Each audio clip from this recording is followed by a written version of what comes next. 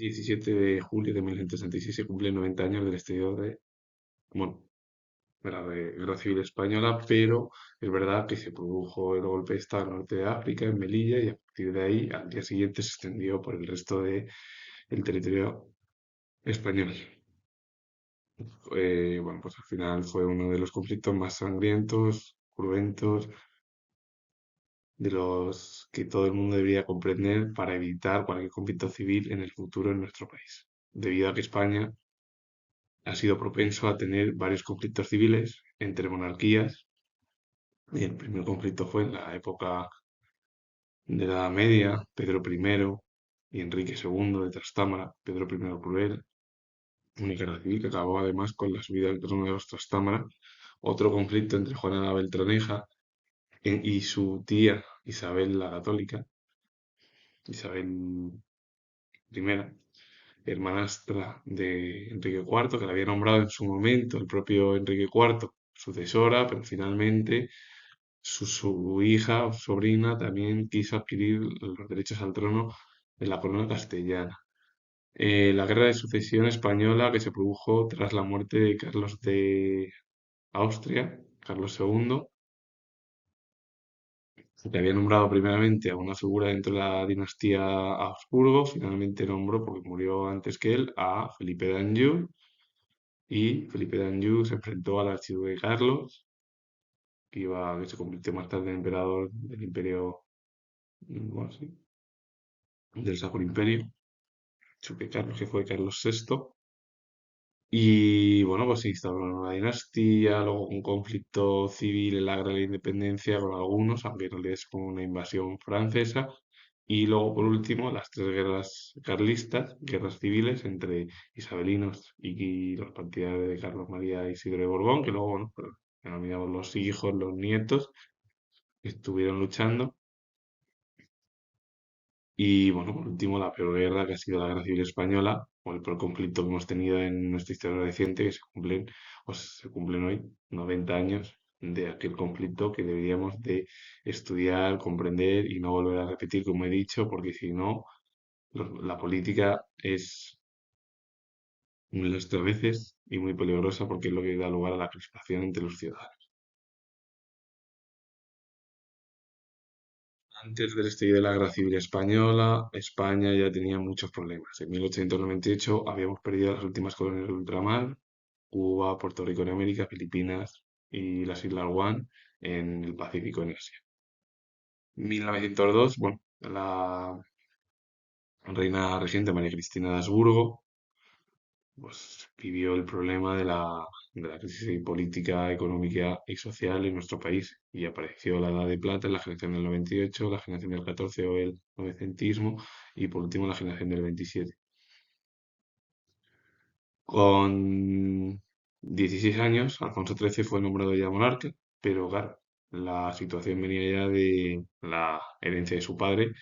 Es verdad que los líderes actuales en la época del reinado de Alfonso XIII nada tenían que ver con los líderes de Alfonso XII, en la cual Cánovas del Castillo y Sagasta llevaron a cabo ese pacto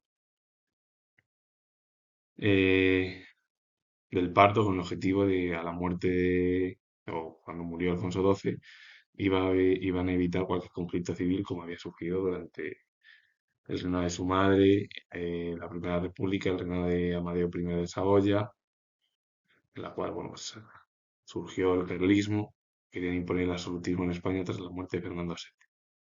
Pero los líderes José Canalejas y Antonio Maura, liberal Canalejas, Maura, conservador, no resolvieron los problemas que tuvo o que tenía España en los primeros años del siglo XX.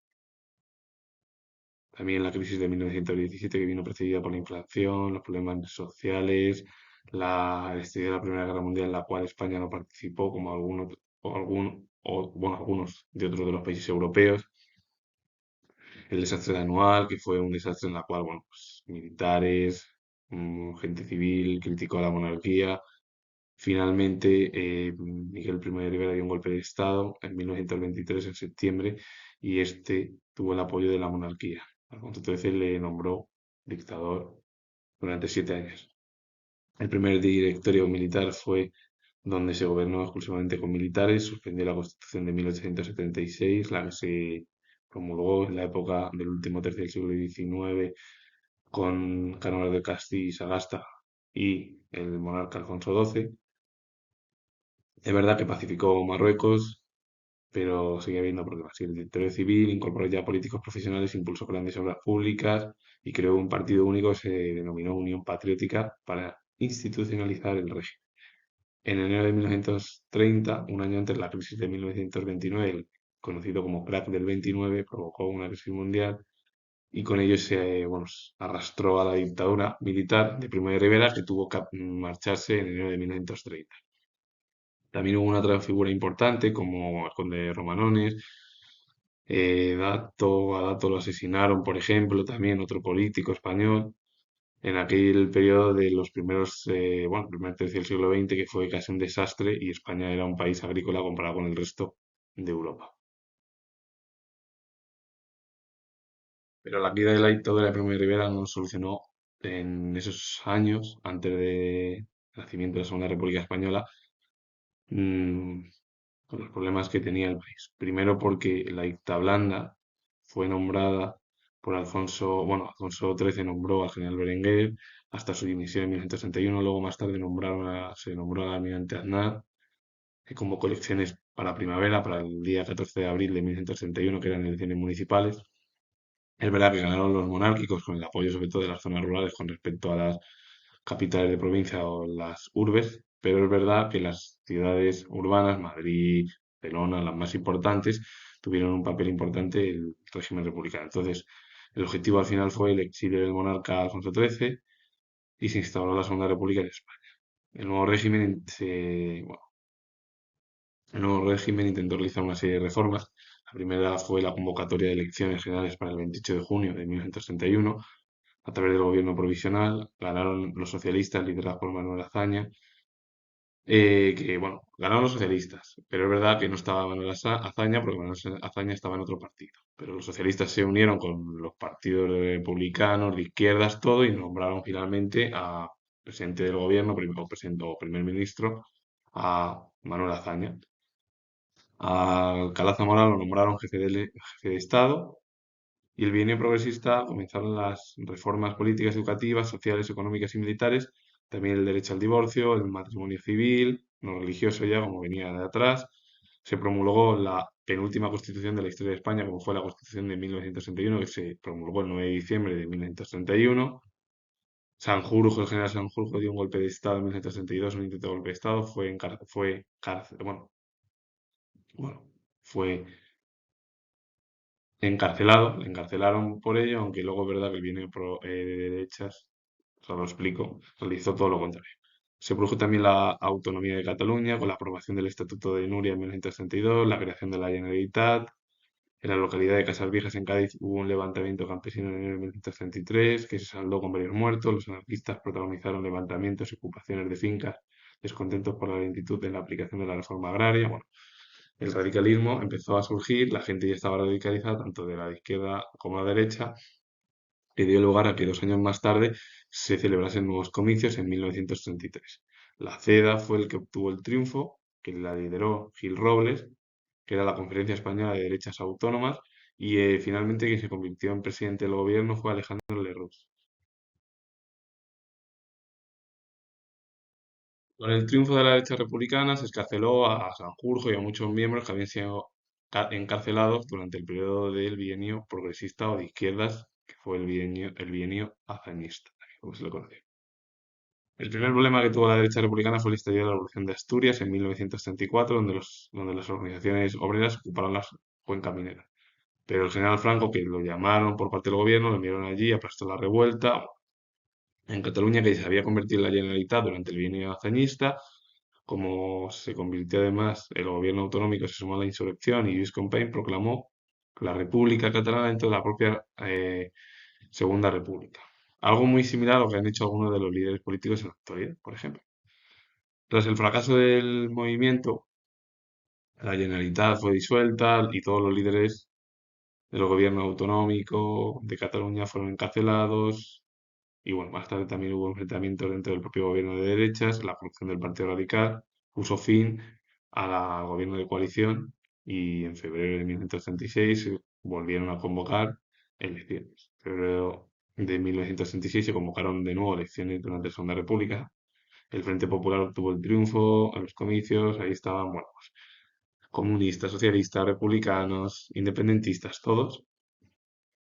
Y en la derecha ganó protagonismo el extremismo político liderado por las figuras de la extrema derecha como José Calvo Sotelo, el tío de Leopoldo Calvo Sotelo, y José Antonio Primo de Rivera, que fue el hijo de Miguel Primo de Rivera, el dictador, en la cual, bueno, pues ambos pertenecieron a la Falange Española.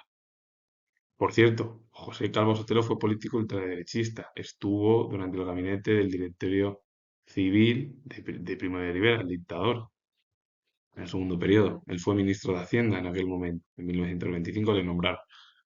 Y su hermano Joaquín Calvo Sotelo fue dramaturgo, fue artista.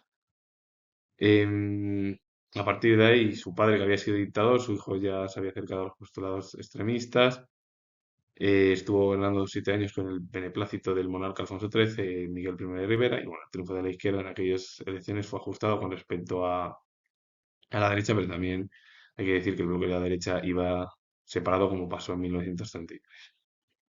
El primer movimiento fue la sustitución del nuevo jefe de Estado. A Alcalá Zamora lo sustituyeron, nombraron a Manuel Azaña.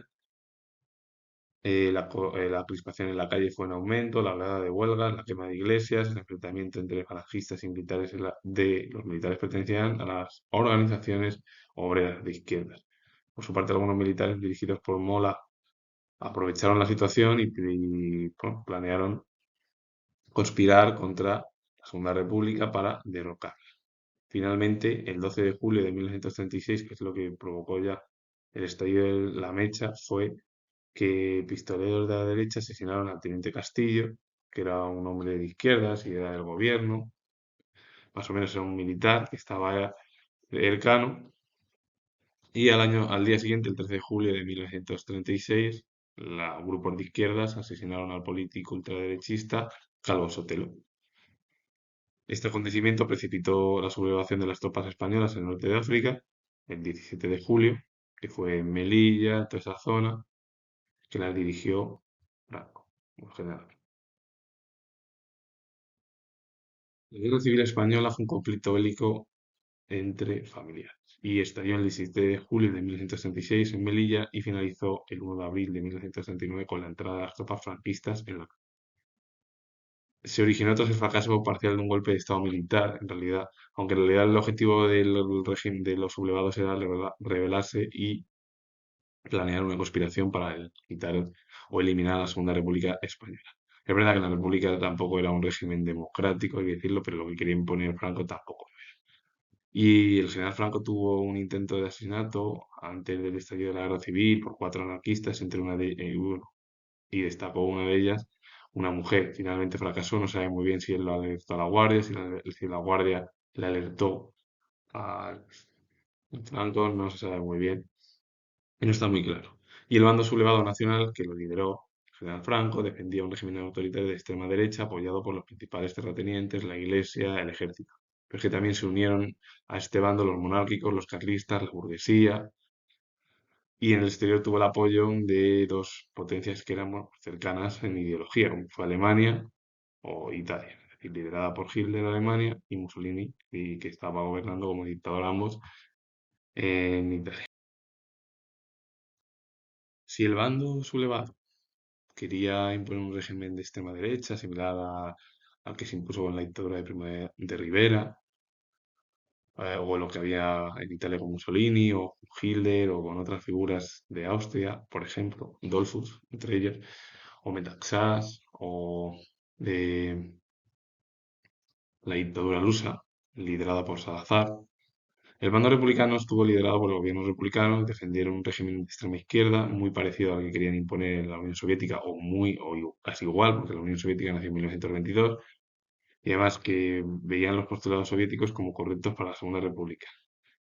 Ambos bandos querían implantar un régimen dictatorial en España. Implantar una dictadura de izquierdas estuvo al mando de Largo Caballero, Indalecio Prieto, quisieron imponer ese tipo de régimen si hubiesen ganado el conflicto civil. Es verdad que la República recibió el apoyo de voluntarios internacionales que fueron las Brigadas Internacionales, la Unión Soviética, la que más, y México. En cambio, Julián Besteiro tuvo una opinión diferente en torno a la política de algunos dirigentes socialistas, porque en la propia faceta o bando republicano había gente que no quería ya más un conflicto tan bélico, incluso Azaña, otras figuras, porque veían que España iba al desastre total, pero había otros que les daba lo mismo, tanto de un bando de extrema izquierda como de extrema derecha, con el objetivo de incluso arrasar al contrario. Las principales potencias, Francia y sobre todo Gran Bretaña y Francia, fueron las que se abstuvieron de participar en el conflicto civil que estalló en España. En un principio ningún país europeo iba a participar, pero fue mm, algo pues anecdótico porque todo quedó en papel mojado. Al final la gran mayoría de muchas de las potencias europeas y de América como México participaron, es verdad que Estados Unidos, Gran Bretaña, Francia se abstuvieron de participar en el conflicto de España.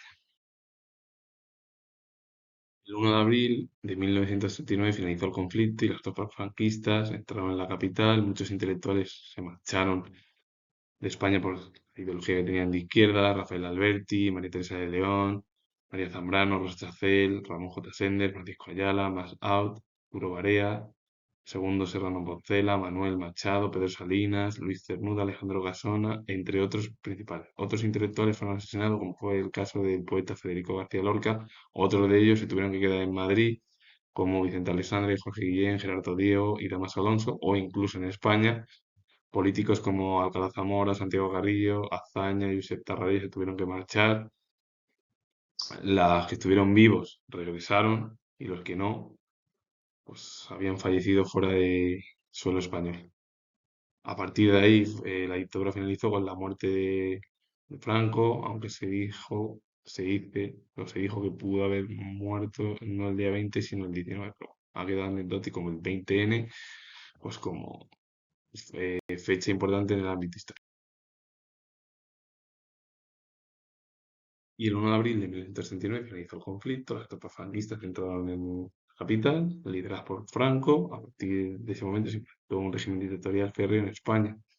Y la caída incluso de la dictadura italiana, la dictadura alemana, no propició incluso ni la entrada de los aliados en nuestro país. Y muchos de los aliados lo vieron con buenos ojos. Pudo haber entrado y haber invadido los aliados a España, pero al final no tuvieron interés. Primeramente porque, claro, el estallido de la Segunda Guerra Mundial se acercó a España o al régimen franquista, a Alemania e Italia, pero sin entrar en el conflicto por las presiones de los aliados, entre ellos Gran Bretaña y Estados Unidos. Es verdad que enviaron la División Azul en 1941. El desembarco de Sicilia en verano de 1943 cambió el paradigma y el rumbo a favor de los aliados. Ahí Italia se dividió en dos zonas: la zona del sur de Italia liderada por el general Badoglio y cercana a los postulados estadounidenses y británicos y de un régimen democrático, y en cambio la República de Saló fue invadida por Alemania, que dio lugar a la zona norte italiana de convertirse en un títere de los regímenes totalitarios. El 30 de abril de 1945 finalizó el conflicto en suelo europeo con el suicidio de Hitler y su cúpula más cercana. Algunos más tarde fueron juzgados en los crímenes, bueno, de los crímenes de guerra. El 2 de septiembre de 1945 finalizó ya el conflicto mundial, ya que Estados Unidos lanzó dos bombas. La primera en la ciudad de Hiroshima el 6 de agosto de 1945 y la segunda sobre la ciudad de Nagasaki el 9 de agosto de 1945. Este hecho provocó la capitulación de Japón. Si Japón no se iba a haber rendido, se hubiera producido la división como hicieron en Alemania o también en Austria. Hay que decir que Alemania quedó dividida en dos: la RFA, la República Federal Alemana, que era aliada de Estados Unidos, del bloque occidental, entró en las organizaciones de la OTAN, principal fundadora de la Unión Europea. Y la RDA, la República Democrática Alemana, fue aliada de la Unión Soviética, entró en el Comecon, en el Pacto de Varsovia, que se creó en 1955, y otras tantas, bueno, otros tantos países entraron en ese pacto militar, liderado por la Unión Soviética en la Guerra Fría. Y con Austria, pues llevó a cabo se intentó dividir, finalmente no, porque no la dividieron, pero es verdad que el Tratado de Paz no se hizo con ellos hasta 1955, y es verdad que Japón se podía haber producido algo similar que en Alemania por la división del país del sol naciente, si llega a haber continuó el conflicto de la Segunda Guerra Mundial. Finalmente no, el emperador se rindió y se acercó a los postulados de Occidente. Y Japón se convirtió en aliado del bloque occidental, pero sin perder sus propias costumbres. Y el régimen franquista sobrevivió atrás la Segunda Guerra Fría. Al principio se produjo un nuevo periodo histórico, la Guerra Fría. España quedó aislada totalmente y quien lideró el bloque occidental fue Estados Unidos y la Unión Soviética lideró el bloque soviético, el régimen comunista. El régimen franquista quedó aislado total. Es verdad que los embajadores volvieron al año siguiente, después de la Segunda Guerra Mundial, pero ni España entró en la OTAN, ni fue fundadora, se creó en 1949, ahí estuvieron Estados Unidos, Canadá, Reino Unido, Francia, Italia, Bélgica, Países Bajos, Luxemburgo, Dinamarca, Noruega, Islandia y Portugal. Por cierto, Irlanda no está. Irlanda del Sur independiente, no como Austria y otros tantos países. Suiza tampoco está en la OTAN ni está en la Unión Europea. Pero en cambio Irlanda, Austria sí están en la Unión Europea. España no entró y tampoco fue miembro fundador de la Unión Europea, que es la Comunidad Económica Europea. Los estados que fundaron fueron la República Federal Alemana, Francia, Italia y los países del Benelux, que en realidad fueron Bélgica, bueno, en realidad fueron, no, en realidad son Bélgica, Países Bajos y Luxemburgo. La RFA entró en la OTAN en 1955, justo antes de que se fundase la Unión Europea en 1957, aunque se había fundado lo de la CECA en 1951 entre los diferentes estados europeos. Seis estados. España no entró en ninguna de las organizaciones hasta el periodo de la democracia. En 1955 lo único que entró fue en la ONU. Es verdad que los pactos con Estados Unidos y como Estados Unidos veía el miedo a la expansión del comunismo, se acercó Estados Unidos a los regímenes dictatoriales. Portugal, fundador y socio de la OTAN, en ya, bueno, pues era una dictadura. Es verdad que Portugal no entró en la Unión Europea hasta 1986. La España franquista, como lo era y estaba en contra del comunismo, pues a partir de ahí empezó la cooperación de España con los bloques en el ámbito occidental, pero no entrando en ninguna institución europea ni internacional. En la década de los años 60 se produjo un impulso económico y el desarrollismo que provocó un crecimiento en España muy similar a las potencias europeas. Al principio se llevó a cabo la autarquía, España iba en camino de desastre y tuvo que acercarse a través del Plan de Estabilización de 1959 a las potencias europeas y del bloque occidental con el objetivo de cambiar y crecer económicamente. En la década de los años 70 o en la década de los 70, España, como el resto de Europa occidental, entró en crisis por el estallido bueno, por la crisis, la primera crisis del petróleo de 1973, que afectó a todo el bloque occidental. Es verdad que 6 años más tarde, en 1979, se produjo la segunda crisis del petróleo. La década final de la dictadura franquista o del franquismo vino por los asesinatos de ETA por parte del régimen y las presiones de Europa occidental a España, el asesinato del almirante Luis Carrero Blanco, que fue nombrado presidente, y luego hay tres hipótesis. O que fuese ETA, o que estuviese Estados Unidos detrás de la figura de Kissinger por intentar renovar las bases y los acuerdos comerciales que tenía Estados Unidos y la España dictatorial, que Carrero Blanco se oponía, o los principales familiares del franquismo. En 1974 nombraron a Carlos Arias Navarro como presidente. Nuestros vecinos del sur estalló la Revolución de los Claveles, que derrocó al régimen dictatorial luso, y finalmente también en 1974 cayó la dictadura de los coroneles, que es lo que propició que Constantino II se tuviera que marchar al exilio. En España se impuso el espíritu del 12 de febrero con una tímida apertura, pero finalmente fracasó debido a los conflictos a la caída de las dictaduras mediterráneas. 20 de noviembre de 1975 se produjo el fallecimiento de Franco. Juan Carlos, ya que había sido nombrado príncipe de Asturias y heredero a jefe de Estado en 1969, lo coronaron en 22 de noviembre de 1975. El propio monarca mantuvo a Arias Navarro como presidente hasta que el 3 de julio de 1976, que se han cumplido 50 años, cuando el propio monarca nombró a Adolfo Suárez presidente del gobierno. Así que con ello finalizo. Y si os ha gustado este vídeo, es un resumen y uno de los conflictos más crueles, sangrientos de la historia reciente de España. 90 años se cumplen, parece muy lejano, pero es reciente, casi un siglo. Y con ello, bueno, pues finalizo y si os ha gustado, pues darle a like, suscribir, comentar y nos vemos en el próximo vídeo.